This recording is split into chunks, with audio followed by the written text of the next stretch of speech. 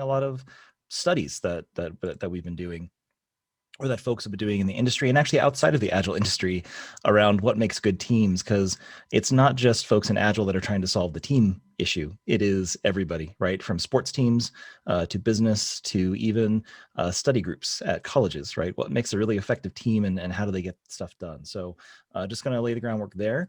As I start to share my screen as well, the other thing that I do want to say is I love it when people ask questions. Absolutely love it. So what I want you guys to do is you can ask questions as we go through here. I'll have a couple kind of breakpoints in the middle of the presentation. But also if you want to put it in the chat and you feel more comfortable doing it that way, that's fine. We have Lori and Shruti. They said that they would monitor chat for me. So if there are questions that pop up, we will actually be able to go through those things. So highly effective teams, let's start talking about them and what you can do to build them. Because I don't think it's enough to define what a highly effective team is. I want to give you some skills and some ideas around the studies they found around what makes highly effective teams. And so some tools that we can use to sort of build those out. My information's down below. I am the founder and CEO of Agile Samurai Consulting. You can email me at scrumtodd@gmail.com. And I do have a Twitter account. I'm not super active there, but it's there just in case. If you do at me, I will certainly respond back to you. So at me. First of all, happy St. Patrick's Day, everybody. So I really appreciate everybody coming on a holiday. I have a team agreement with my daughter, because as we talk about highly effective teams, my daughter and I are a team, and this is us, right? And so the big thing about me is I have a lot of dad jokes. I have a lot of awkward pauses, and I am a geek on so many different levels. So if you start talking Star Wars or Marvel or Dungeons and Dragons, I'll be happy to have that conversation with you. But also I'm an Agile geek. So I've got a Kanban board of projects at home that my daughter and I work through every weekend, which is, combined with all the fun stuff that we do. We have tickets for everything. So happy to talk about Agile stuff anytime, but we're going to talk about teams today. So open discussion for you guys. You can come off mute if you want to talk about this. How do you define a team? I'm actually interested in, what is it that you guys use to define what a team is? Not even an effective team. Just how do you define a team? I think at our organization, it would be a group of people who share a common interest in delivering a goal, meeting a goal of some kind, and support each other and collaborate together to achieve that goal as efficiently as possible. Awesome. Thanks, Courtney. Anybody else? Hi, this is Srinivas. Hey, Srinivas. I believe from a team, I think a team is something where you have different skill set of people coming together to work for a common goal with a different view. They have a different view, but they have same goal with different skill sets. I think that's where the team comes in. That's where you have a lot of coherence coming in. Absolutely. So to make that a team is a great achievement. And that's where we actually come into place. By the way, I'm a Scrum Master in KP. Oh, awesome. Awesome. So thanks, Sheridan. Thank you, Courtney, for that. So let me give you my operating definition of this. And I'm going to admit I am stealing this from a really great coach in the industry who focuses on teams, Christopher Avery. I don't know if you're familiar with him or not, but if you're not, he wrote a book called Teamwork is an Individual Skill. And I would highly recommend getting his book. He's an amazing person and he does a lot of work on this. And I've sort of derived some things from what he's done, but then actually went outside of the Agile space and took a look at what this really is. So what Christopher talks about is a team is a group of individuals responding successfully to the opportunity presented by shared responsibility and a common goal. Right. So to Srinivas's point, there's some nuance here where, when we talk about teams in an Agile space, we talk about cross-functionality, right? To be able to deliver on a common goal, we need different skill sets. We need a lot of different folks to actually come towards that goal and solve that together. Another thing that I've liked and I can't remember who said this, but I do like this, is that a team is a group of folks that come together to solve a problem, and only they can solve that problem, right? So there's a couple different definitions here, but I just want to make sure that we have a grounding in what a team is. because what's really important about this definition is that shared responsibility and a common goal. And I've been in a lot of organizations where I've been in a group of very talented individuals, but we did not share a common goal, so we were not a team. And there's a really big distinction between those two things. So I just want to lay the groundwork for what is a team versus a group. And a team really is about that common goal and that shared responsibility that they have. Right. So just give me a thumbs up emoji, using our fun Zoom emoji ability to do this. If you remember a team that you either worked on, or if you're in sports, played on, and you look back on that with fondness or nostalgia. Right. So I hope everybody is going to give a thumbs up. Fingers crossed that that's happening. I do see a couple thumbs up coming up across our video boxes that I see on the right side here. So that's good. Right. So I've been on several of these. I actually ran track in high school and college. I played football. I play soccer recreationally. I have that experience on the soccer pitch for sure. But I've also had some experience with this when I was a developer. And I'll just go back way back in my development world. And the name of my team was Team America. Now, if you're familiar with this movie, you'll automatically know what kind of sense of humor we had as a team. But here's the main thing that Team America really had over other teams that I've been on. We had a shared sense of purpose, but Team America was actually my VP. I was a Scrum Master for a couple teams in an engineering organization. I know, anti-pattern, more than one Scrum Master on more than one team. I know it's bad. But he said, every single team we have here has one person who's sort of on the cusp of not fitting in and not doing well, and sort of like, performance improvement plans, stuff like that. And I said, well, let's do this. And my VP's name was Lloyd at the time. And I said, Lloyd, why don't we do this? Why don't we take all the misfits? Let's get all the misfit toys. Let's put them onto one team and let's give them one last chance. And I really just thought that it would be good to get them together and really see what we could actually do, if I could help them, if there was something else that, we weren't seeing on those teams. So we all came together. We all had kind of a chip on our shoulder. So, that was like kind of one unifying piece for how we worked together.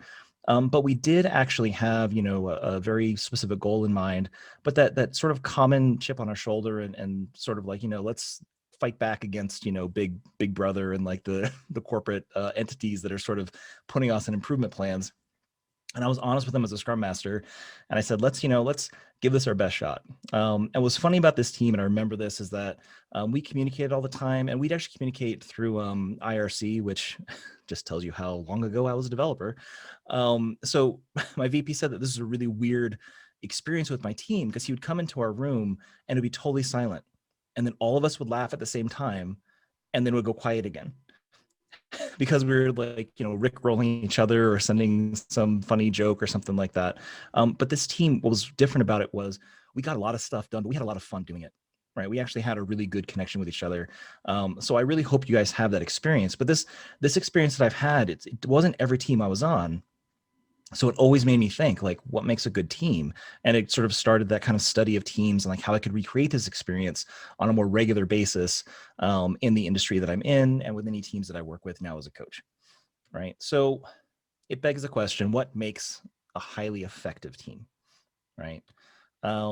Any ideas from you guys that you think makes a highly effective team? Communicate the goal that you're all working towards. Very clear goal. Yep. Ensure everyone's on the same page. Yep, that's great, Shruti. What else? Yep, I was going to say the same thing. Create a shared understanding with everyone in the room on the goal that we're working towards. I think we have a response from Bobby. Trust and respect. Safety. And safety. That's shared great. Vision, purpose. Thick skin. Thick skin. Not once, but twice for Ray. Yeah. Perfect. He's +1ing that. Perfect. All right. So those are all great responses and great ideas. So a sense of belonging, right? All of those things are probably true on highly effective teams. But here's what the data tells us. And tell me what you think. I'm going to show 3 pictures, and you tell me what you think these 3 pictures have in common. Shows the first one. Here's your second picture of what makes a highly effective team. And here's the third picture.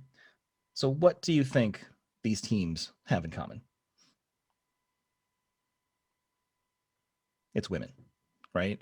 The more women that you have on teams, the better business results that you get, right? Now, I wouldn't make this claim without having a little bit of information to back this up, because that is a pretty bold claim. So let me go through a couple studies that kind of initiated my research into this, and started to get me to think much deeper about what's going on with teams and why that might be. So MSCI did a study, and they're an organization that studies global investment, right, in financial markets. There's a lot of companies that they included here. So 4,218 companies across the world as part of this study. And what they looked at was the makeup of the board of directors, right? So when you have less than 3 women on the board of directors, on average, you had about a 7.4% return on equity, right? So that's, a team that's trying to, make money and trying to have a good profit and increase profit and equity for the companies that their board's for. When you have 3 or more women on the board, you wind up with a 10.1% return on equity, right? So that's one study of this, right? So not just one study will convince me. So I looked around a little bit more. And so the Peterson Institute of International Economics, and just so you know, this is not a social justice warrior organization. This is a pretty respected organization, and they're looking at kind of bottom line stuff. So they went out and looked at 23,000 global companies. 91 countries are represented here, and they looked at the financial results of companies with no female leadership to those with a high level of female leadership. Their definition of high level of female leadership, and we can debate this as well if that's really a high level or not, is 30% or greater representation at the C level or the board of directors, right? So this is a really large kind of meta study of global companies and what this looks like. And the results are pretty clear. Going from no female leaders to 30% or greater female leadership equates to about a 15% increase in net revenue margin, a 6% increase in net profits, and a 3% increase in median net profit, right? So just from the 2 very economically based conversations and studies that they've had, we're getting better business results from having more women on teams, right? So not only do we have better business results from teams, and we saw that with the studies, but the more women you have on teams, the smarter those teams tend to be, right? So there's another study here that MIT put together, and this is probably the one that you guys have seen. And what's funny is it wasn't the first study that I saw about this, but when it did become popularized again, it sort of queued me up to say, okay, let me look at that. I've seen these other economic studies of this.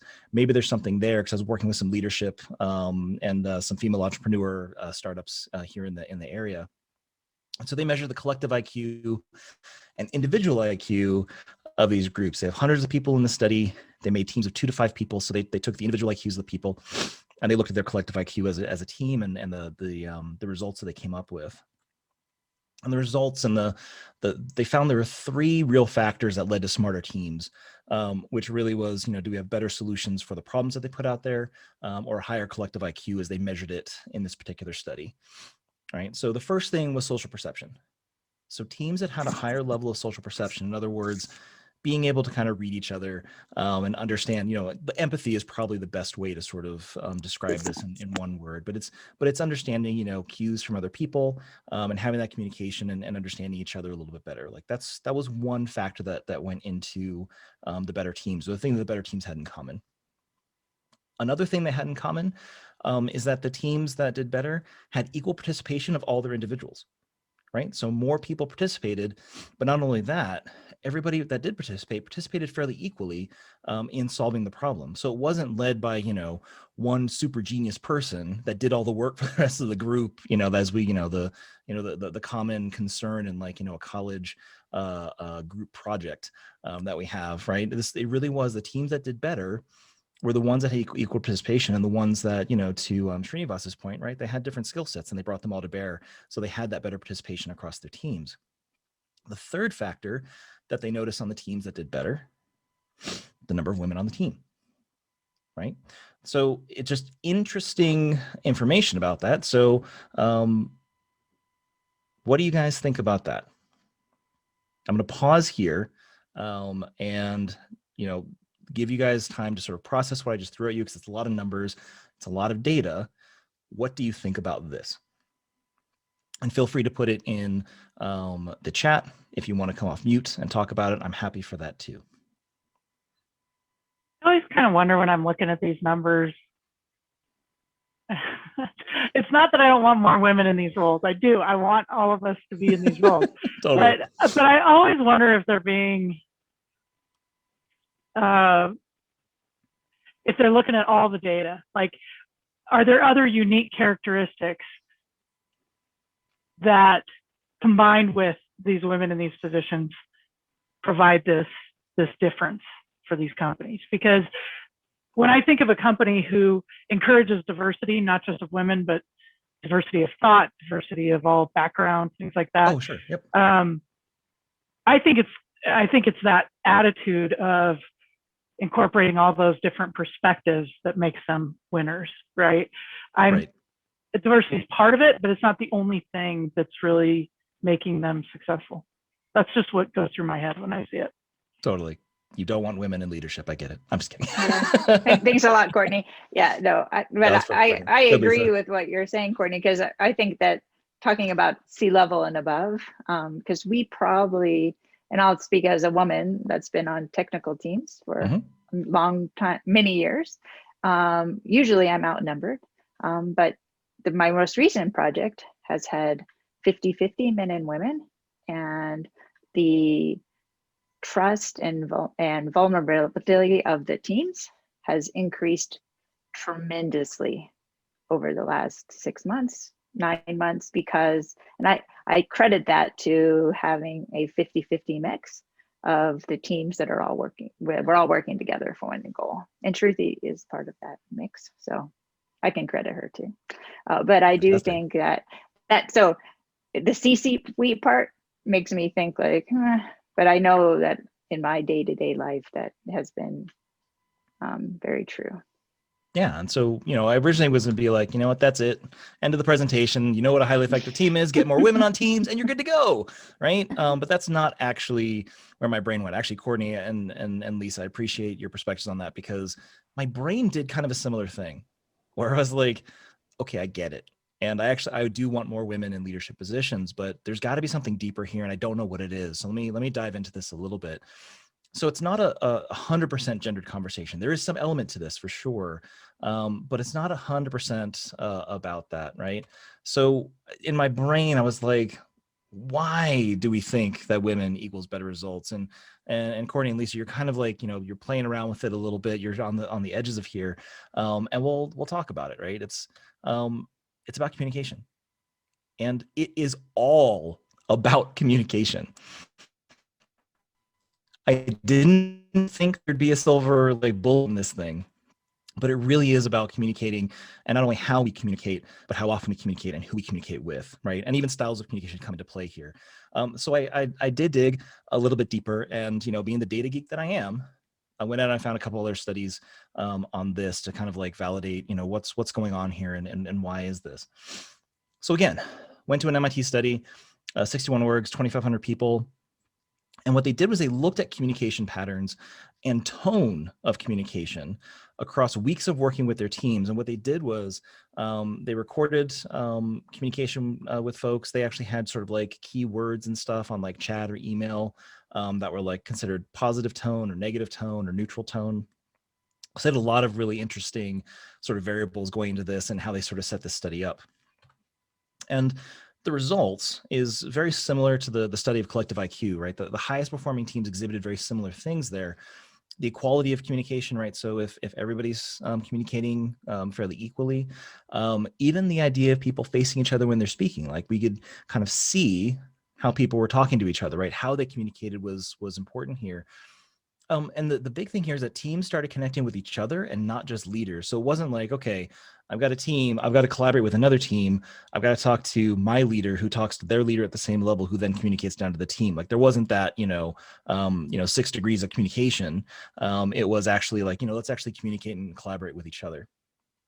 And then the other thing here is that teams were energized and communicated often. And they did a couple charts on this. I thought this was an interesting one that I kind of pulled from the white paper that they did on this from the study. And so they showed kind of a chart of what communication looked like across poor performing teams and high performing teams. And there's not a massive difference, but the density of the line or the thickness of the line is talking about really the quality of communication, right? So positive versus negative types of communication, but also the quantity of communication that was happening. So it's a combination of quality and quantity that are visualized here. The larger the yellow circle, the more communication that person had across, with different folks. So it's sort of like an additive piece of like the width of the communication with that person. But this also shows you the avenues of communication when you have a team of 4, 8 folks on a team, because there's quite a web of communication that has to happen for things to go forward with any of these teams. And I had to pause to think on this for, as an aside. This is probably the main reason, or this is the main reason that when we talk about Scrum teams and even Kanban teams, that I like to keep them smaller, right? Between 5 to 7, sometimes up to 9. If you get, 10, 11, 12 people on a team, just the avenues of communication start to grow exponentially. And it's harder to kind of maintain that. But the MIT study was really interesting in this way, where they found that teams that communicated better and more often did better in their study. All right, one more, and and yes, 23 is too many on one team, Courtney. That is very, very true. I am able to see the chat here. There's another study here. So I kept digging into this, and the MIT one was actually really fascinating, but let me look at there's a call center study that was done, and it was one specific call center. And this happened to be with a company that I was working at that does not want me to reveal who they are. And that's unfortunate, but I can give some results of a study they did before I joined them, actually. Like we talked about this as I joined them. I was coaching them on a couple of things. So they have a call center, they have teams of responders in the call center. What they had originally done was, you work for a certain amount of time, you get a coffee break, you work again, you have lunch, right? You have another coffee break in the afternoon, and then you have, the rest of your day, and then you leave for the day, right? So 2 breaks, a lunch. Sorry. So they have that set up for a day, right? And what they had originally done was these teams were not aligned on their breaks. And so what they wound up doing was they gave teams the same coffee break time. A really simple, just let's experiment with this and kind of see what happens. And let's get the teams to sort of like, unite around kind of a schedule together so that, they can have that maybe communicate a little bit during the coffee break, maybe bond or something like that. We'll see the results of this. And what's really interesting about this is that what they considered bad teams, right? So teams that were not living up to the standard of call handling times, right? They were below what they consider control for this, because they do run this kind of like lean manufacturing almost, where like they're very specific numbers you have to hit and metrics that they're tracking. For their bad teams, they wound up with 20% faster call handling times after they did this, right? It took a little bit of time. I think it was like 2 or 3 weeks before they really started to see the results from it. But they did see these results fairly quickly with those teams. And overall, 8% faster call handling through the overall call center. So even good teams were also improving, right? They're having some improvement here across the call center. And what they actually really discovered, and I kind of put the 2 studies together, it's really not about smarts or accomplishments, right? It's not about like fully about your skill sets bringing to the team, but it's about how often and how they communicated.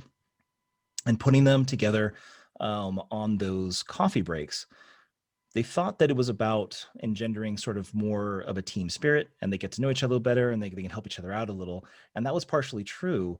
But when we get to the end of this, I'll actually relate back the advice I'm going to give you guys to this call center study, because I had that initial thought as well. But the final piece in this final research study that I saw actually might explain it a little bit better. So we'll get to that here in just a little bit. So what makes a highly effective team? Obviously, it's women. But really, it's communication, right? And that is the foundation of all of our highly effective teams. So now that we know that, how can we build better teams? And I'll pause here for any questions that you guys have, because again, I have thrown a lot of studies at you, a lot of data at you, and I want to make sure that I'm going to check for understanding with the group before I move forward, right? So for you guys, and any questions you have about any of the studies from MIT or the economic groups or anything like that. Well, Todd, I have a question. Hey, Steve. As far as the call center goes, aren't those team members, aren't they just all answering calls independently? Where is the team dynamic in a call center? Yeah, so what was interesting about the call center, and I can give a little bit of context here just because I had the conversation with that particular company.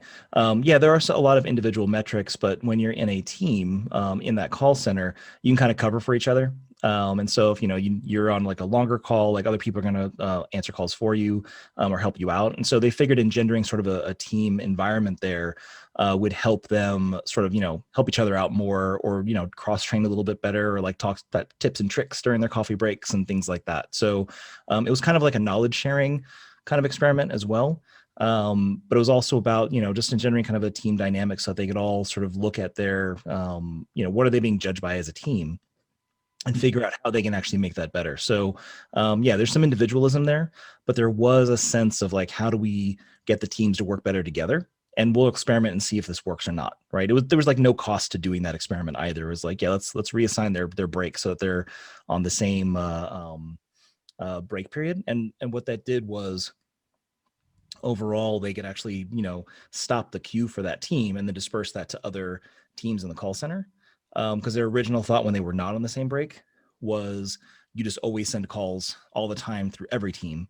And then there's always somebody covering there. By having the teams take breaks together, you actually stopped calls in a certain queue.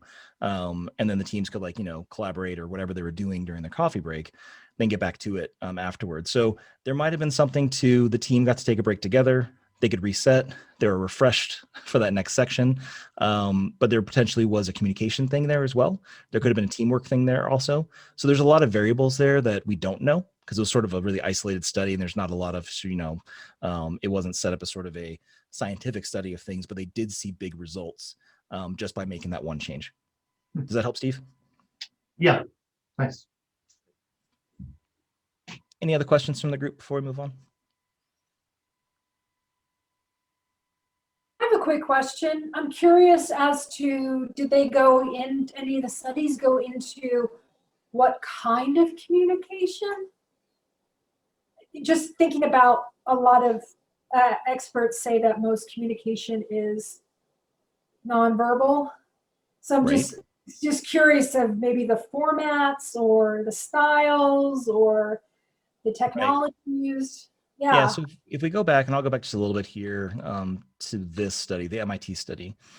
So when they talked about communication here, they were sort of tracking, and this was, by tracking this, it was sort of self-reported of the in-person communication, like that water cooler talk and stuff like that. And, if they were doing things together in that way.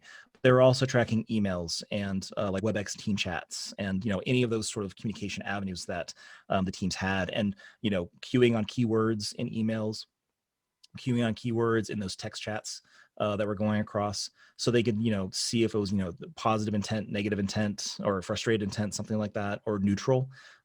So they coded all the communication that they could get. And the weakness of the study is in the in-person communication because it's self-reported, right? So there might be something lacking there, but the communication they could get, these are the results that they found, right? And it's so there is some, right, indication of types of communication and how it spans across all of those.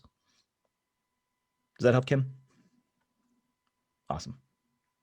So essentially, okay, Shruti. Yeah, so I think essentially what you're saying is, in this day and age when people are working remote, we've considered some of those parameters as well in the study, most likely. Yeah, and actually what's funny is, like, with the last year, wouldn't it be interesting if we can have a study that talked about like all of our remote stuff that we've been doing, because we've actually eliminated essentially in-person communication, right? The water cooler talk has completely gone away.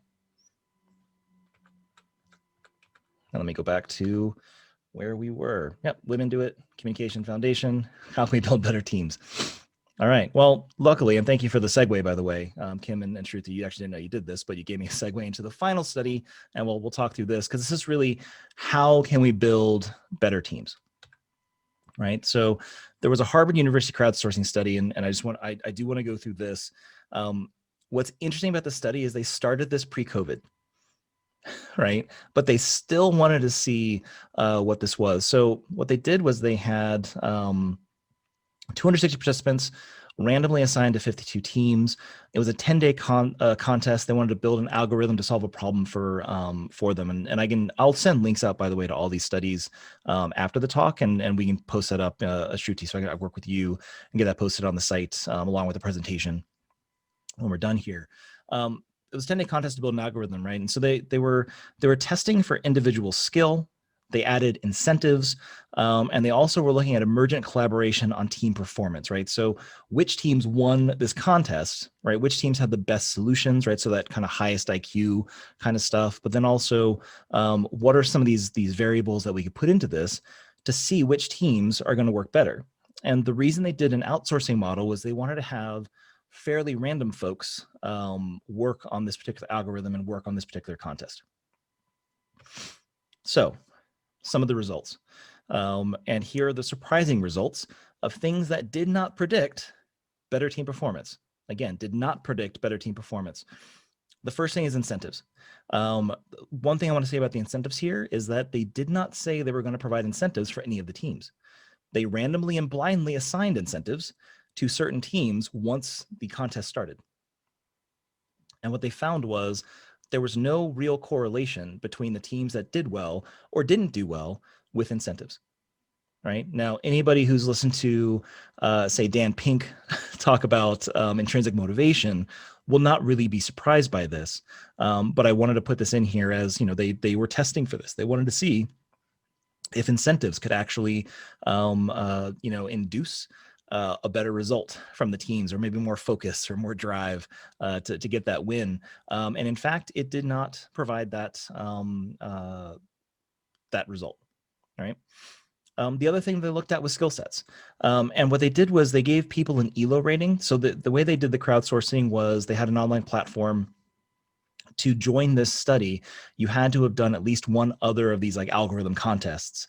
So you had a rating of your skill set with building and playing around with algorithms on this platform, right? And an ELO rating, just for those that are not aware, is a rating that they use in chess to understand, difficulty or your ability to play that particular game. And if you go against somebody who has a higher ELO rating, more than likely you're going to lose. Right, your chances of winning or losing go down precipitously the higher the rating is of the person above you. But if you meet somebody who is the same rating as yourself, it should be about 50-50 split. If you played, say, 10 games or 100 games, you should be splitting that about 50-50. Right, so they put an ELO rating for all the participants. They looked at the skill sets on each of the teams. And again, everybody was randomly assigned, so they'd actually see different skill sets across these teams. And that was not a predictor for better team performance, right? So just some of the surprising results here, things that, were not really affecting which teams did better, which ones did not. There were 4 key insights into the most effective teams. Some of these might be surprising, some of them might not be, but I'm gonna go through all of them because it's actually really interesting stuff on how we can do this in a very remote world right now. All right, so with these crowdsourced teams, the burstiness of communication, and that sounds like a made-up word. Burstiness probably isn't actually a word, but I'm using it here because I think it sort of expresses what I want to get across. What they noticed was that teams that did bursts of communication, so they would actually get together for, say, 1 hour a day, and they would find time that they kind of overlapped with when they wanted to communicate, and they would talk to each other, they would collaborate with each other, and they would collaborate very intensely with each other during that time period, right? And for different teams, it was at different times of the day, right? What was important and what was in common across teams that did well was that they had a burst of communication at some point during a day. And so it was intense collaboration, very focused on working as a team and communicating with each other. Questions, comments, or concerns about that? Would you consider that the stand-up, would that constitute a burstiness of communication? That's part of it, but it's not all of it. right? So with a stand-up, you're planning out your day and planning out when you're going to collaborate with these teams. And in this study, burstiness really was like Steve, let's say you and I were on one of these teams. A burst of communication with us would be, let's pair program for an hour, right? And we're going to sit down and we're going to communicate and solve problems together in a very intense way, right? So was there a working meeting as opposed to just a quick stand-up? Yeah, exactly. And a stand-up might be a start to the burst of communication. They might say, okay, I'm going to, like, Steve, I'm going to pair with you. And then Shruti might say, you know what, I've got some time. I need to work with Mahi. I'm just seeing people on my video screen right here on the right. So I'm just picking random folks. And then you guys, set up, 30 minutes to sit down and like pair on something as well. But that's the bursty communication is, we're going to sit down as a team or as, some of our teammates, and we're going to have, very directed, very focused conversation about what problems we're trying to solve. Let's coordinate. Or Steve, you and I could be both back-end developers on a team, and we're just going to talk about, okay, you know what, the team is trying to solve these 4 problems today. I'll take these 2 because I got some expertise here. I see these other 2 like kind of fall within your wheelhouse. So we're gonna intensely figure out, I've got these 2, you've got those 2, or there's a Venn diagram of intersection. We'll decide how we're going to do that together with the rest of the team. Right. So that's the burst of communication. It's more than a stand-up. It's an intense sort of collaboration in that time period. Nice. No worries. The next, and these are kind of 2 things, but diversity was actually important on both axes here. So diversity of perspective, and this actually goes back to the women being on teams. That's part of it. But also the diversity of perspective was, people of color, white people, Asians, different perspectives, men, women, like all those different perspectives. That was an element of this. The other piece was diversity of information.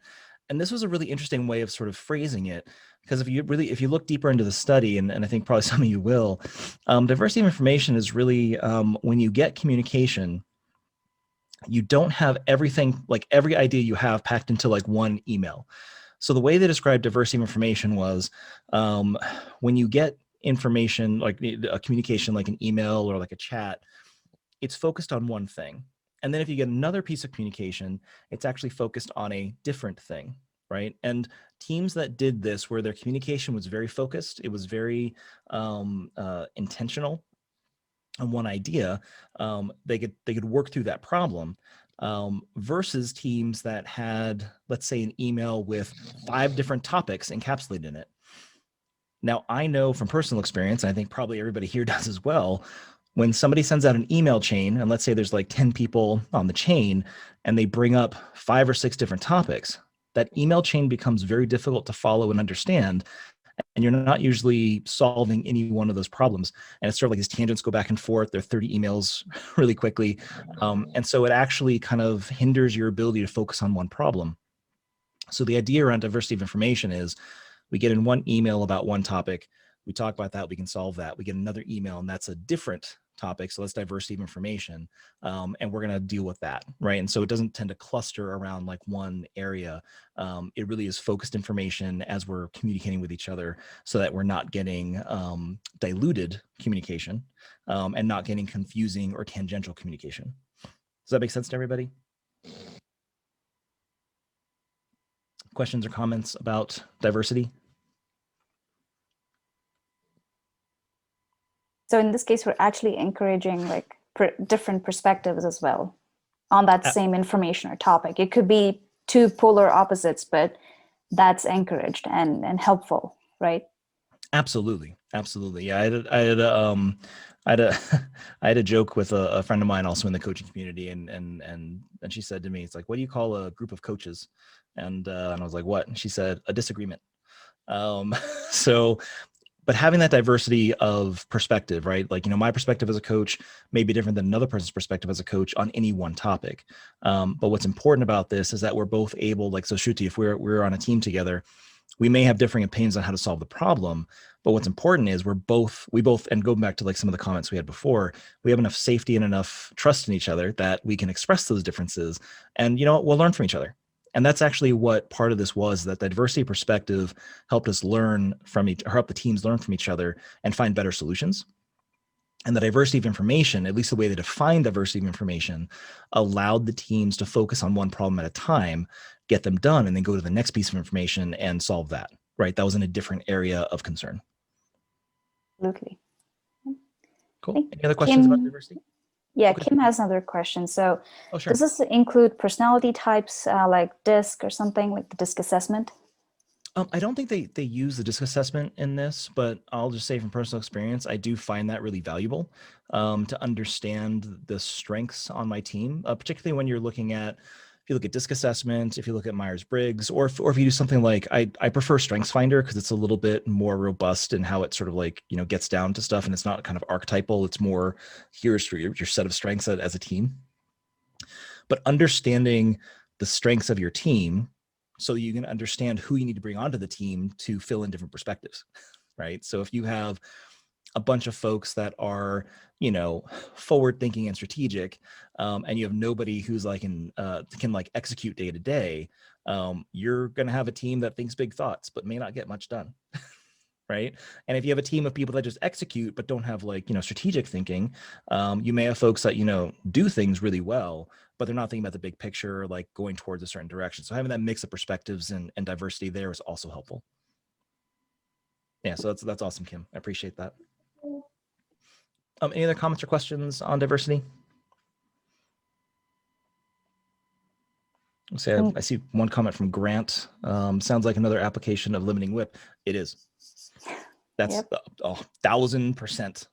Like every Kanban bone in my body is saying yes, absolutely. Yeah, but it's limiting sort of our mental WIP of information we're taking in and problems that we're trying to solve. So yeah, it is doing that and letting the team understand how to solve that together. Right. So that's why diversity perspective is important, and diversity of information helps us with WIP limiting those conversations. Is there any other comments or concerns about this? All right. This is kind of paired with the bursty communication, right? So the burstiness of teams with communicating is important. But what teams would do is they would have a burst of communication followed by periods of deep work. Right. And this is, there's been plenty of studies on this. I think if you've been a Scrum Master or coach in the industry for a while, this information. There's plenty of other studies to back this up. But the idea of periods of deep work where you get to get into flow, and you get into the state where, you're working on a problem, and, the telltale symptom that you've been in flow is you pick your head up and suddenly it's like 4 o'clock and you're like, whoa, I thought it was just an hour went by, and like 4 hours went by, because you're just so deep in thought and so deep in solving the problem, and in your work, you didn't realize that time was flowing by, right? So that's the state we want to get. We want particularly knowledge workers to get into. We get them into a state flow, so that they can be in this period of deep work. The other side of this is without interruptions. Like, this is a really important point. You cannot get into flow if you are being interrupted with meetings, with calls, with texts, with chats, with emails. We need to allow teams to focus and do that period of deep work so they can actually solve the problems that they've been talking about. Questions about that?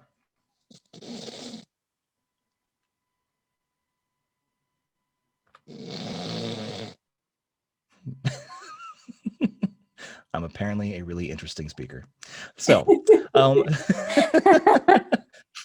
the last piece here is the effective use of video conferencing. And I had another study here that was done a couple years ago, but this one actually talks specifically to remote work. And it was because it was the crowdsourcing piece of folks that are outside of an organization and helping out with this algorithm study, right? So the effective use of video conferencing is really fascinating to me because it's a little bit counterintuitive. And they talk about 2 types of video conferencing: typical conversations, typical meetings. And there's a reason behind this. But they noticed that with these teams, when they communicated well on video conferencing, they actually turned their video off. And before everybody like throws stones at me and brings their pickaxes or their pitchforks and their torches. The reason for this is what they found. It goes back to something we talked about earlier about equal time in communication. When people have their video off, they tend to have more equal communication across the team. Now, I don't know why that is. We haven't done like deeper studies on this, but it was a really interesting result from this that was completely unexpected to me, right? I'm going to pause here and just field any questions that you guys have about this, because this was counterintuitive. So I just want to make sure that this is something that we can, if we need to talk about this, I'm happy to. Yeah, Todd, this is Lori. So I've been reading a lot about this too. That the impacts are even physiological, like the idea of being on a Zoom call and seeing yourself and kind of monitoring your own appearance there, and then looking at other people and trying to pick up those cues on a little tiny screen like I see you, but I'm looking at your eyes, trying to figure out where your eyes are looking, and picking up on visual cues is really exhausting, and it's super disruptive sometimes, just the communication process. So I'm with you. At first I was old school trained, it's in the manifesto, right? Face-to-face communication. We don't back down from that. Now I'm starting to see that people need the choice to maybe turn that off once in a while, and get a little bit of lift from having to even physiologically keep up with all of that. Absolutely. And just be able to speak freely.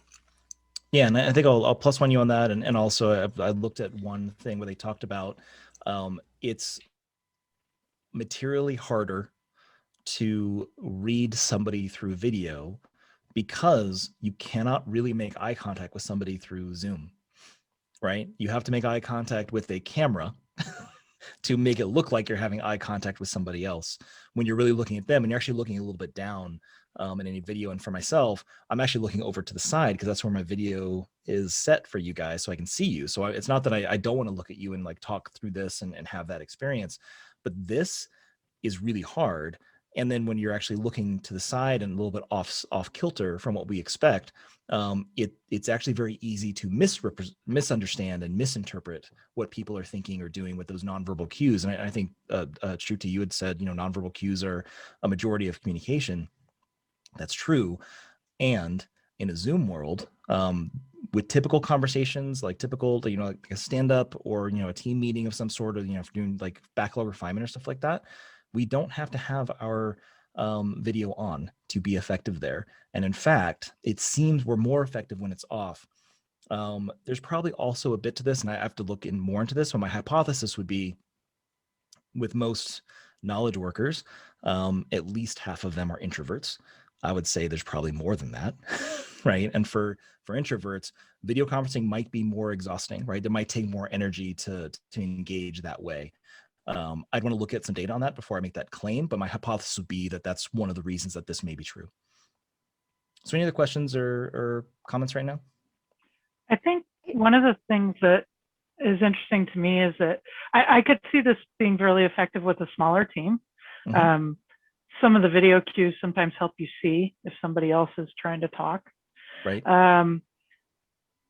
But it also tells me that they were probably an effective team before the need for video conferencing, because it to me implies that the equality of conversation is already there, that they're already all participating, and that you don't have two or three multitasking on something else or other tasking while they're on the call. So Courtney, I might agree with you, except for the way this study was set up. This is 260 random people. These are teams that have never worked together before. That's crazy. Right? And so the teams that did better, and I was going on like, Courtney, you and I think very similar, like as we look at the data, right? But I was saying that, and I was like, no, these are really random teams that are just sort of randomly put together. And so the teams that did better actually in their typical conversations did this. Wow. Yeah. Right. That's very cool. Yeah. So just an interesting tidbit, someone to experiment with your teams. Yeah. I mean, I think it's super interesting. I think the biggest challenge is actually for having an equal voice from everyone who's in the meeting. Because if people aren't putting in chat that they have a comment, or they're not Like I would say, I can see usually when somebody's trying to break in to have a comment. So I don't know. I got to think about this one. Yeah, It's super I do interesting too. to Like me. when I first saw this, I was like, this is really interesting. And I've actually seen some better results with some teams I've experimented with. Mm, Like with and I'm judging it based on what the study says. It yeah. is about equality of communication, right? Not equity, but just like it people tend to talk more like across the team. And there's more people that get engaged this way. And I couldn't explain it other than this study kind of showed it. And it was just a really interesting sort of discovery for them. So the counterintuitive piece is what like really was like, okay, that's fascinating. I got to play around with this now. So just an FYI for you guys. Shruti, did you have a comment? Yeah, actually, I had a question. Like maybe this could be the case because there were random people who joined the team. Mm-hmm. And if you already know the team, you worked with them day in and day out for the past few years, would it be any different, right? And all valid points, right? Especially what Laurie mentioned about, just staring at the camera, looking at everyone's video, trying to interpret what they're thinking or, Right. their body language. It could be exhausting. So I think that might be another contributing factor, that they were probably all brand new to each other as well. Maybe. Who knows? And here's the thing. I would say experiment with your teams. If you have a team that you feel safe experimenting with, give it a shot. Maybe it's more effective, maybe it's not. I have found myself that it's been true on the two teams that I've played around with this. But that's a really small sample size to report back on. But from the study, it is what it is. But there is a place for video conferencing, right? There's a place for using video, and it's a really important one. Tough conversations. I would love to just add in, just for go ahead, Kim. Other people on the line, right? I do Agile coaching, Agile transformation coaching as a consultant. And a lot of the organizations I go into where the environment is unsafe, when they're not willing to turn on video, it is because from a dysfunctional perspective. They're not paying attention to the meeting. They're not engaged. Someone asks them a question and they're like, can you repeat the question? Because they didn't even hear the entire conversation. So I think it definitely probably has to do with maybe the level of safety, and also wondering if it was random in the studies, random teams put together, whether it's kind of forming, storming, norming, performing, or forming, we're all on our best behavior, right? And we're all trying to figure out who has what role and trying to play nice in the sandbox and that kind of thing, whether maybe, and then I put on my scientist hat, maybe there's things that were missed potentially in those experiments that are leading us to a particular conclusion. And I also agree with you all on Zoom fatigue. Right. So, it has been, at least in my experience, I've done 3 different transformations since COVID, where all of them, they refused to turn on their video. And they were just not engaged. It was very, me and my performance appraisal. And yes, I'm on a team, but I don't care. And it was a dysfunction thing of not turning it on. Yeah. So Kim, I agree with that. Yeah. Yeah. So I agree with that. But I think that what's different about these teams is that they were not dysfunctional. Right. So if you have a dysfunctional team, you're not going to get to a highly effective team. Like that's not what this is about. Right. But if you do have those foundations of a good team, how do we get them to great? This might be something to experiment with. Right. But if you have a deeper dysfunction in your teams, you can not throw all this presentation out, but there are other things you probably need to try with your team before you try these things. Right. As you move forward with the team and transforming them. But I totally get it. I've been in those organizations where they just didn't want to see each other's faces. Thank you, Todd. Yeah, no problem. I've totally seen that. But here's where video is really, really important. And it is when you have a tough conversation, and they specifically talked about when you need to have a communication with emotional nuance, right? Face-to-face communication is the best way to do this by far. So the effective teams knew when to use this, and it was typically one-on-one, or maybe like it was 3 people, they're having a conflict on the team and figuring this out. Video would be on, they talk through that. So there's a place for the video, there's a place for no video, but again, have a good team first before you start experimenting on the video settings on and off for your Zoom chats. All right, so how can we, like, based on all that information and the studies we've all talked about, so how can we build better teams? And I just have two really, basic pieces of advice based on the studies here. Certainly I hope you took notes, and there's some specific things here, but at a high level, my advice is, one, find the connectors. So when I talked about it not being a gendered conversation, I think that the idea that having more women on your team is a really interesting symptom of what a highly effective team is, right? It's not necessarily the cause, in that women tend to be connectors, right? Societally, they're the ones that tend to have the soft skills. They're the ones that tend to be the ones that communicate more, and kind of are the communication glue on a lot of teams. That said, I am a male, and I was always the connector.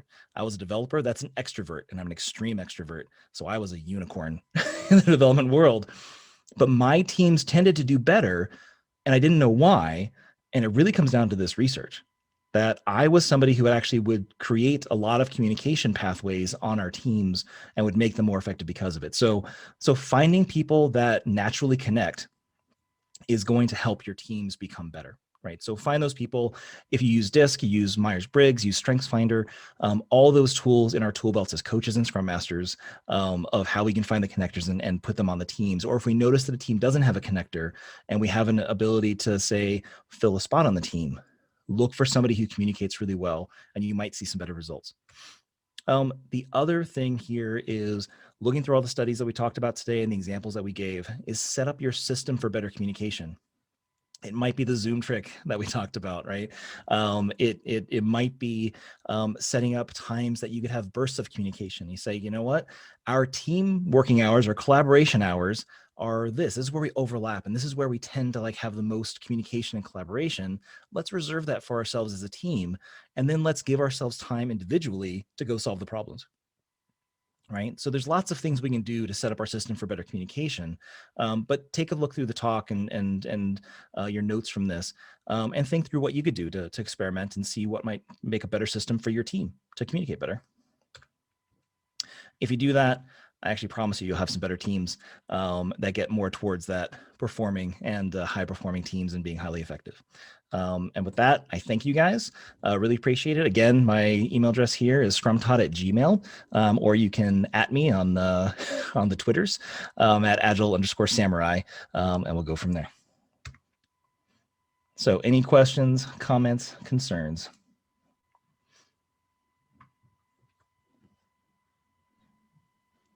This is awesome, Todd. Thanks for sharing some of those, the research that you've done, and that definitely helps you think, oh my gosh, this is so different than what I had thought, like conventionally, right? So yeah, and here's the thing that I'm a huge data geek, and what I love to always say about data is, don't let your mind change the data, let the data change your mind. There are some things that are really counterintuitive in this for me, at just my experience as a coach and as a person. And I've had to shift my thinking, and it's hard. It's not easy to do that. So I just want to, validate that for everybody that's like, but I really want video to be on. Like, that's a normal human reaction. I see you, Courtney. Like, it's a normal human reaction to want to do that. But really think about that for your team. For some teams that might not work, and that's okay. But think through all the studies that I went through. Think through the data that we just saw, and the results we got from the studies. And you'll have better teams by applying this and just seeing like what works with your teams and then what doesn't. Right? And we can all evolve from there. Hey Todd, I have a question for you. Go for it, Grant. This is Grant. Hey everybody. I want to ask you about flow. Mm-hmm. I know a little bit about that, and I want to make a differentiation first between the difference when we talk about flow in a Kanban system and the flow in personal performance. 1,000%. Let's forget the Kanban flow. I want to talk about personal performance flow. Right. I'm a fan of this work by the positive psychologist Mihaly Csikszentmihalyi. You may know that name. He has about 16 letters in his last name, so it's always difficult to pronounce it. But he wrote a book called Flow, about optimal performance. I think it's an 8-step process, and I don't know a lot about it, but one of the things that leads to flow is what they call these Goldilocks tasks. It's not too difficult, and it's not too easy. Yep. What you want to do is to give somebody something which is a little bit more difficult than what they already know. You want to challenge them just a little bit more to push themselves. And that's when they're in the zone, in the flow, where they wake up or look up 4 hours later and think, wow, it feels like it was just flew by. So I'm curious, in your research on high performance teams, can you talk a little bit more about the role of flow in those types of teams? Yeah, for sure. I mean, and again, it's really important, and I love that you said this, Grant, to differentiate the Kanban concept of flow, which is really like how fast things can move through your system, versus like personal, flow and that sense of like, I'm lost in the work that I'm doing, and I'm really enjoying this and working forward. And you're spot on where there is this idea that you need to be able to match your skill set to the problem that you're solving. And you actually described this really well, where it's like, if there's a problem that's a little bit harder than I'm used to doing, that engages me, because like, oh, I have to learn something a little bit. I have to move forward with that. And you have to be really mindful of that if you're a scrum master for a team, or a coach, or an RTE, if you're in like a safe model or some kind of that level of coaching across teams of teams. But the problems that you give to your teams are actually almost as important, right, as forming the teams themselves, to achieve that state of flow, right? Because the other options here is, if you have a certain skill set and the problem you're trying to solve is too advanced, like you can't even imagine bridging the gap to solve the problem. It's like, okay, I'm a first year engineer, and suddenly you give me something around solving quantum mechanics, right? It's too big of a leap for some people, and so they get really frustrated and they'll quit doing that work, or they'll just be frustrated the whole time and they never get into flow because they're just thinking about how they're incompetent or unable to solve the problem. The other problem with flow, and this is a little counterintuitive, is when you're solving a problem that is really below your skill set, right? That leads to boredom. And if you're bored with the problem you're doing, or it's like this thing that you have to just repeat, and it's kind of rote and memory, and it's not really challenging to you, that's another sort of death knell to flow in a system. So matching the challenge to the team that's solving the problem is actually really important to flow, and understanding that relationship. Part of this is around the idea that some teams that are more skilled will take less time to get things done, right? And being okay with that, and having the idea, and I'll relate this to like Scrum, where teams have sort of different velocities because they have different skill sets. We have to be okay with that, because if we're not, we actually might be, and this is a kind of a leap of these data points, but if this is what actually happens, if we're not okay with that, we actually might be interrupting the ability of teams to get into flow, because we're trying to standardize them on a velocity or some metric that doesn't allow them to take the right work in, right, and do it in the right amount of time for that individual or for that team, right? So all those elements are really important. And I would say, so that goes to a conversation with your product owners or folks that are prioritizing the work and refining the work that's coming into the team. How do you build out a backlog of problems or stories that a team can solve that is the right skill set for them? And if something is too advanced, give them time to spike, give them time to learn, so that they're not in that state of either boredom or frustration, but really in that state of flow. But Todd, I think it does take a while for a team to be at that level, right, where anyone can work on anything. But ideally, when we kick off our sprints, we're like, hey, this is your backlog. Go ahead. You guys choose what you want to work on. So I've seen developers who've chosen, hey, I don't know this feature. I want to work on it. So maybe they're going to struggle with their flow during that sprint. And that's just something we need to accept with, right? Or is that something we coach the team on? Say, hey, this might be, what's your suggestion? I'll give you a suggestion for this, right? So if you have somebody who wants to take a problem that's too hard, and this goes to an XP practice, I'll practice pairing. Give me a senior developer with a junior developer on a problem that the junior developer would be super frustrated to do it without any knowledge. But you pair them with a senior developer so they can understand the problem better, maybe understand just the architecture or how this team works, right? Because that's part of the flow too. They may not understand just team agreements on how to code or how to test, and getting them in the right or giving them the right support so that they're not in a state of frustration and they can ask questions safely, so that they can up their skill level so they can take on those harder problems. That could be something that helps with team flow. Right now, we all get the pushback that, pairing is, it takes away capacity from everybody else. But I'll tell you what, there's no better way to transfer knowledge. There's no better way to get a brand new person on a team up to speed and get stuff into production as fast as possible than pairing.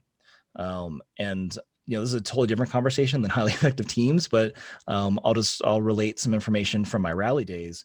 When a brand new developer came into Rally, they were producing production code in their first iteration. And the reason they were able to do that was they paired with the technical lead on any team that they were on. That was an agreement that all the dev managers and all the tech leads had, that new people would pair with them so that they would get code in production in their very first sprint. Nice. That is awesome.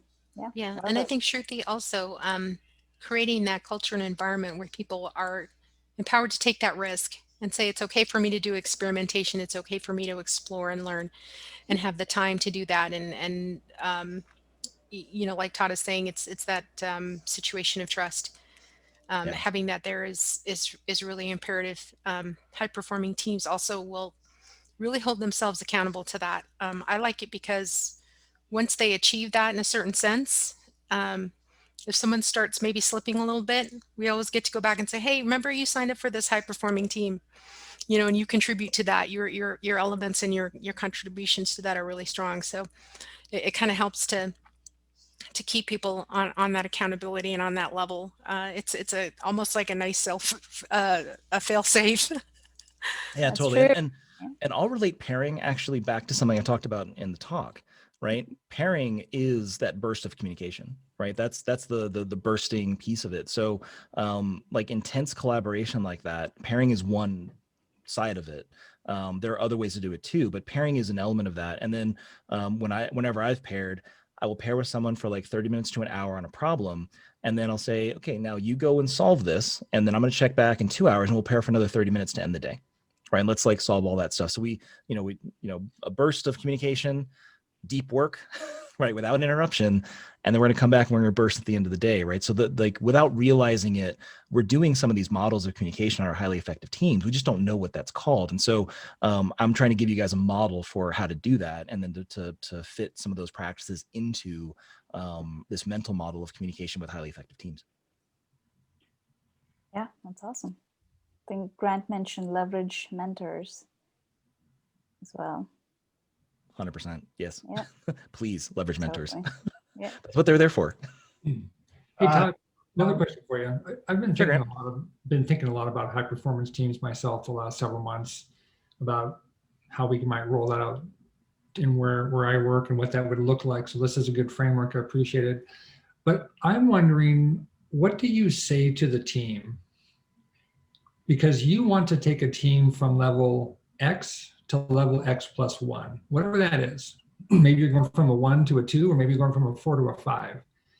And a high performance team is more of going from the 4 to a 5, from good to great, as you said. Right. And many teams may say, I'm fine. I don't really have any desire to push myself and go to level 5. So how do you motivate a team? How do you make them want to take that next step? Right. Yeah. And I'll give you my consultant answer, and Kim will appreciate this. It depends. Right. But it really is about understanding, what's the problem that I'm going to solve for the team. Right. So there's if you're with a team that says that there are no pain points, right, that they don't have anything that they're trying to solve, that's a different conversation, right? But any team I've ever worked with has always said, it's like, oh, well, here's the thing that frustrates me. Here's the thing that keeps me up at night, or I'll maybe phrase it that way so that they can we can have a deep conversation about that. And I want to solve problems for the team. And then I'll use these tools to get them to that next step. Right. And there are some teams that are like super data driven. They'll just be like, yeah, here's the research on super effective teams. What do you want to do? And that's just part of the conversation.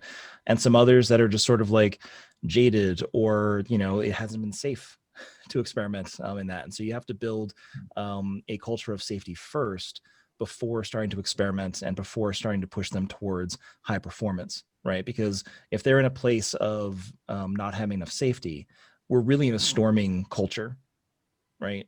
may not have a storming team. I may be quiet, right? But that's, you know, a silent storming, I guess, in that case. But we need to get them into a baseline of here's safety on the team. We have the courage to experiment. And what kind of team do we want to be, right? What makes us better? What are those things that we're seeing in our retrospectives? What are the things that we're seeing as pain points? If I'm a Scrum Master, I will probably know what some of the pain points for my team are. Some of them might be external, some of them might be internal, but we can always work on things and talk through that with the team to try to see what those kind of common patterns are for them, even if they're not talking about it. And if I can solve those pain points through these tools and through these mental models of highly effective teams, that's when I start to bring it in, right? But if they don't feel safety, you can't experiment. We have to actually build that safety first and build that trust. And if I'm a new Scrum Master, that's the first thing I do is I need to build trust and safety with my team. And then we can have these conversations. So for some teams, it might be premature to have the conversation, honestly. But this is really about getting teams from norming to performing, right? If we're using Tuckman's model, this is not for the team just formed and now they're high performing. That's not what this is about. It's that next step past, we've gotten past storming. We feel pretty stable as a team. Now what's the next step? How do we get to be, Super Bowl champions or, the World Series champions or whatever sport that you want to use for that, or World Cup. I don't want to leave out the most popular sport on the planet. So it's figuring out like, what's that next step there and understanding if your team is ready to be a high performing team, that we'll have to have that conversation with the team itself to figure that out. Hey, Grant. I'm a Agile novice, and so this is not from a Scrum Master's perspective at all. But sometimes in change management, organizational change management, they'll talk about this a little bit. And it helped my team, which is the only reason I'm bringing it up, is sometimes you have to ask them, what's the risk of keeping the status quo? Having some way for them to identify, to Todd's point, like, the trust is, without the trust, you won't be able to have this conversation. You've got to have that safe space and trust. But if you already have that, it may be worth asking them, is there any risk to just leaving things the way they are and not trying? Because sometimes they will get them there, get themselves there. If they can find what they are dissatisfied with or what challenges there are with the status quo, it sometimes will help them understand why high performing teams is good for them, like why that's going to be better than where they're at now. It's a little tangent and not quite on, but I didn't know if it would be helpful. No, it's fantastic. I think that's a really great point, Courtney. Thank you. Part of that for me, Courtney, is a good point, is something that Todd alluded to, which is there's a lot of psychology, I think, involved in high performance. It's not only about tactics. It's not only about doing all of the tasks better or quicker. There's an element of that to it. But what I'm getting at is the essence is, how do you get the team to want it? That's the secret sauce, I think, because you can go in any team and say, hey, with my help, you can become a high performing team. Just do these 6 things. And they may tell you, go take a hike. We're not interested in that. So there is an element of trust and safety and vulnerability and all these things that we talk about, which is absolutely correct. But finding the right way to message it.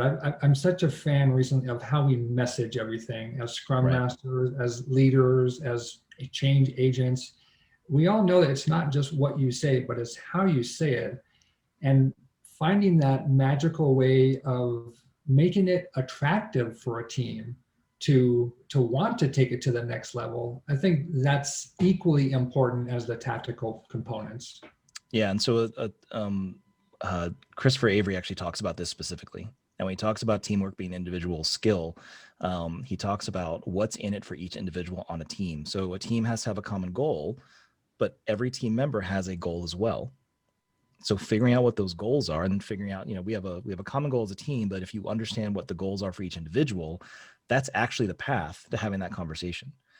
Because if I have a team member that, they want to be a team lead, for instance, right? If I know that, I might talk to them about, it would make a really great team lead, helping the team become really effective.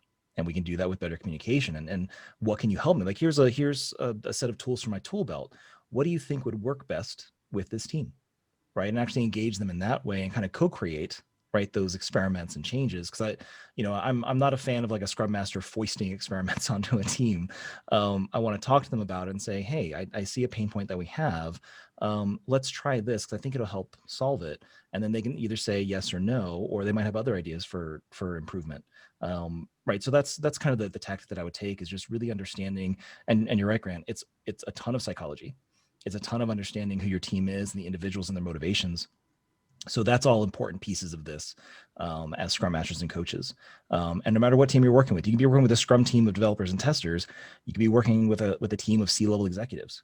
It all comes back to like, what's in it for you? And if I can discover what that is and then align that with the changes we want to make to the team, that's a much easier transformation.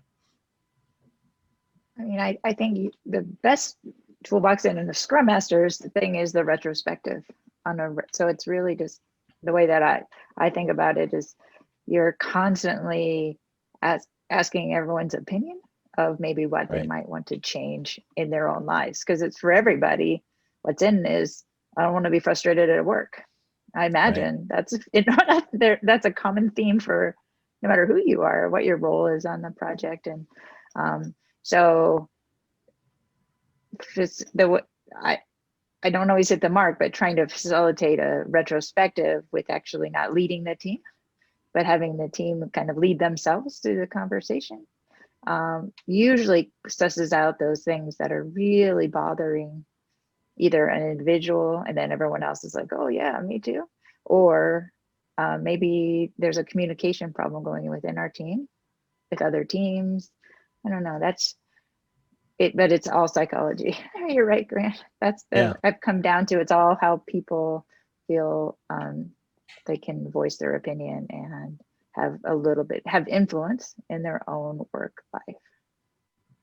Yeah, great point, Lisa. I loved everything you just said. The one thing I'd layer on top of that is, as Scrum Masters, the benefit you get being on a team. And I haven't been a Scrum Master in a long time, but when I was one, the big benefit I always had was I could see patterns in our retros as well, right? Mm-hmm. So it's not just the individual, but the individual retros are actually really important, and we can take, point solutions at that point as well.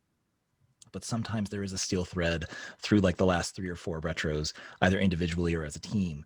Look for those things as well, because those might be opportunities for introducing some of these concepts to your teams to take them to that next step. All right. Any other questions or comments? And I want to +1 some of the things folks were saying, and maybe say it maybe in a slightly different way, right? The psychology is super important. So if you're working with teams that don't have that safe environment, most likely they're feeling judged. They're feeling pushed by leadership that they're not doing enough, that they're not good enough, right? They're just feeling judged and probably, afraid of losing their jobs, right? Even though they might not say that. So, to Grant's point and Lisa's point is, instead of saying like, what can you do to be better or something like that, that you could say to maybe a high performing team or a norming team, is saying, what would make your work life better? Right? Kind of shifting it. Sometimes they don't respond to that either, because they're just feeling powerless. Like, this is just the way it is and it sucks and I just have to suffer with it. So they don't go with that one either. But I think Lisa and Grant were touching into that of like instead of how can you be better, what would make your work life better? I think that kind of shifts it, that whole psychological thing. Yeah. Empowering thing, right? Yeah. Yeah, and Kim, to your point, I think it's, if the team doesn't have the trust that maybe a team that's been together for a while, you may have a different technique of having that conversation individually. Like, somebody may be comfortable opening up to just Kim more than the rest of the team. And so I like that idea, because it kind of depends, right? On a lot of these things. Yep. Awesome. Thanks, Kim. Any other questions or comments? Another comment, I think team one-on-ones is also like super key. I think just giving them that space to connect, and especially now that we're remote, we're not just walking to each other's desk and, hey, let's go grab a cup of coffee. That doesn't happen anymore, right? So kind of giving the team that space that, hey, it's totally fine. I love to meet with my team one-on-one just to have a fun conversation. I think that's definitely that space where you can have that burst of collaboration, be it work related or just something else. And then, you go back to doing your own thing. I think that's, just wanted to call that out as well. Perfect. Yeah. All right. I would say with that, I will cede my time back to the leaders of this meetup, and any closing comments that you guys have for the group tonight. Todd, really appreciate how simple you've made this whole process for us. And I think really appreciate the data that you've shared with us, and kind of that's made I think all of us have a lot of takeaways as to, oh my gosh, we had a different perception. That's definitely something I want to share with you. And thank you so much for opening up your secrets and then giving us a few tips and tricks. I got no secrets, but I just revealed what I found. Like, it's not there's no magic sauce here. Really, it's just like, here's the data and here's some tools. Like, go for it. That's true. Go forth and prosper as Scrum Masters and coaches. That's what I want for you guys. Yeah, thanks so much. I felt like there was a lot of great insight into that. I hope that everybody walks away with inspiration to inspire. I mean, it's something that we're tasked to do as Scrum Masters and coaches, and sometimes we don't always get the response that we want when we want it. But I believe that if we're just intentionally and relentlessly trying to inspire folks and do improvements, it will make a difference. You see that happening over time. So stick with it. Great. Great techniques, great ideas. Thank you so much